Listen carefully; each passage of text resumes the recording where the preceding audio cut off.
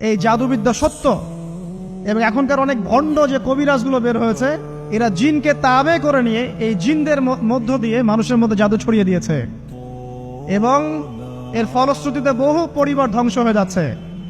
এই জাদুবিদ্যা সত্য।